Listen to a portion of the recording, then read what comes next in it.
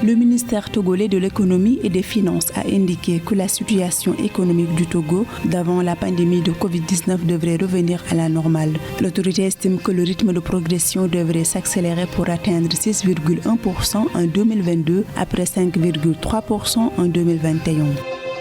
Le Niger et la Belgique ont officiellement lancé un programme de coopération pour la période 2022-2026 afin de soutenir le développement au profit des populations nigériennes. Il s'agit d'un portefeuille pays doté d'un montant de 32 milliards de francs CFA.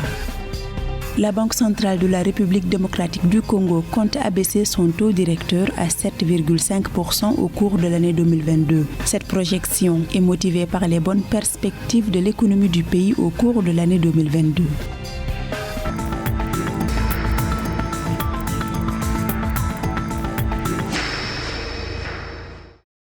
Lors d'une rencontre du Conseil national du crédit fin mars 2022, le ministère togolais de l'économie et des finances a indiqué que la situation économique du pays d'avant la pandémie de Covid-19 devrait revenir à la normale. Ceci au regard des mesures de politique économique prises pour inverser la courbe et rétablir les prix. Il faut dire que ces mesures n'ont pas pris en compte la situation actuelle en Ukraine qui engendre également une inflation qui est importée dans nos pays. Cette inflation est due au cours du dollar et ensuite au cours de l'énergie. Donc vous voyez bien que cette anticipation risque de ne pas être réalisée dans la mesure où nous avons pour les biens importés cette flambée de prix.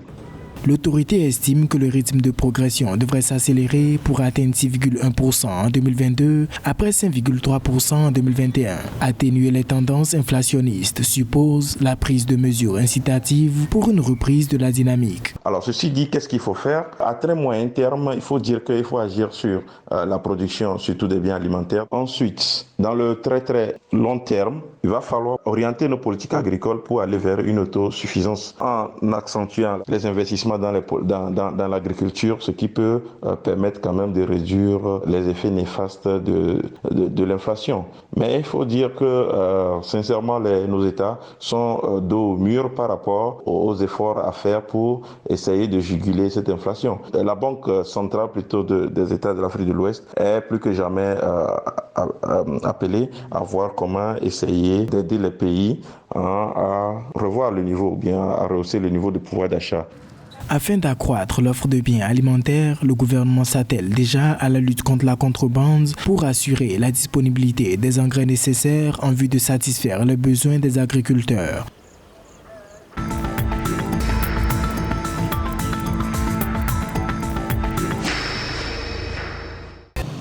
Le partenariat entre le Niger et la Belgique porte sur un portefeuille de plus de 32 milliards de francs CFA. Cette manne financière devrait permettre au Niger de relever les défis de développement structurel et conjoncturel au profit des populations. Sur la période 2022-2026, les leviers majeurs de lutte contre les inégalités sociales et économiques, tels que le niveau de l'enseignement, l'état de santé, l'état nutritionnel, le système de protection sociale, l'entrepreneuriat et l'emploi des jeunes et des femmes, devront être soutenus par ce portefeuille pays.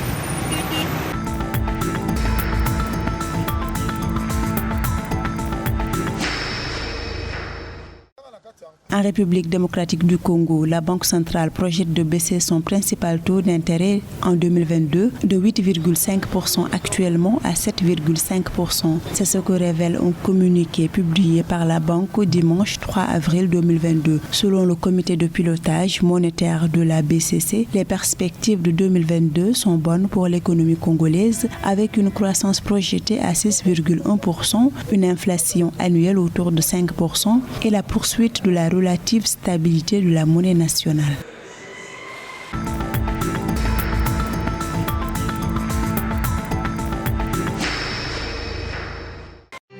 L'encours des titres émis par les États de la Banque des États de l'Afrique centrale est passé de 3 323,4 milliards de francs CFA en janvier 2021 à 4 708,3 milliards de francs CFA à fin janvier 2022, indique un communiqué du Conseil de surveillance de la cellule de règlement et de conservation des titres de l'institution. Ainsi, cet encours a progressé de 41,7% au cours de cette période. Les titres ont été notamment émis durant la période couvrant la phase phase d'atténuation de la pandémie du coronavirus marquée par la recherche des financements par les États à l'effet de poursuivre la riposte aux moyens de vaccination et celle de la reprise économique post-Covid-19 marquée cette fois-ci par le financement des plans de relance post-Covid-19 dans divers pays.